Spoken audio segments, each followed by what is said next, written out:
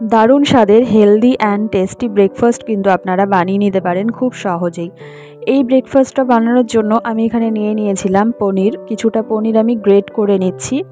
পনিরটাকে ভালো করে গ্রেট করা হয়ে গেলে আমি এখানটা নিয়ে নিয়েছি দুটো সেদ্ধ আলু। আলুটাকে খুব ভালো করে ম্যাশ করে নিয়ে ওপর থেকে ছড়িয়ে দিচ্ছি নুন, একটু পিৎজা সস, কাঁচা লঙ্কা এবং কাঁচা পেঁয়াজ কুচি, দিয়ে দিচ্ছি একটু টমেটো সস। এখানে চাইলে আপনারা একটু বিট লবণও দিতে পারেন। আমি খুব ভালো করে কিন্তু আলুটাকে মেখে নিচ্ছি সমস্ত উপকরণ দিয়ে। এখানে আপনারা চাইলে অন্য কিছুও ব্যবহার করতে পারেন, আমি এখানটায় আলুর ব্যবহার করছি। তো এখানে আমি নিয়ে নিয়েছি দুটো রুটি।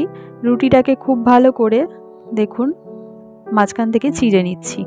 তো এভাবে রুটিটাকে চিড়ে নিয়ে রুটির মধ্যে আমি মাখিয়ে নিচ্ছি পিৎজা সস। পিৎজা অথবা পাস্তা সস আপনারা কিন্তু মাখিয়ে নিতে পারেন।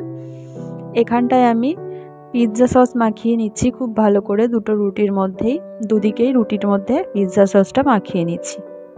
এখানে পিৎজা সসটা মাখিয়ে নেওয়ার পর আমি এর মধ্যে যে আলুটা মেখে রেখেছিলাম ওই আলুটা আমি এখানটায় এর মধ্যে খুব ভালো করে সমানভাবে কিন্তু ভরে দিচ্ছি।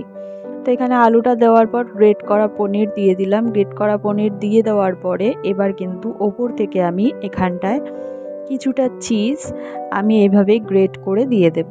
এখানটা যতটা পরিমাণে বেশি আপনারা চিজ ব্যবহার করবেন খেতে কিন্তু ততটাই দুর্দান্ত হবে, খেতে কিন্তু দারুণ টেস্টি হবে। তো এখানটায় আমি দুটো রুটির মধ্যেই এভাবে চিজ গ্রেট করে দিয়ে দিয়েছি। এবার আমি একটা ফ্রাইং প্যানে অল্প বাটার নিয়ে ফ্রাইং প্যানের বাটারটা গরম করে আমি রুটির দুটো পাশ একটু সেঁকে নেব। তো দেখুন এখানে আমি রুটির দুটো পাশ কিন্তু আমি সেঁকে নিয়েছি অল্প পরিমাণে বাটার নিয়ে। আপনারা চাইলে ঘিতেও সেঁকে নিতে পারেন অথবা রিফাইন্ড তেলেও সেঁকতে পারেন।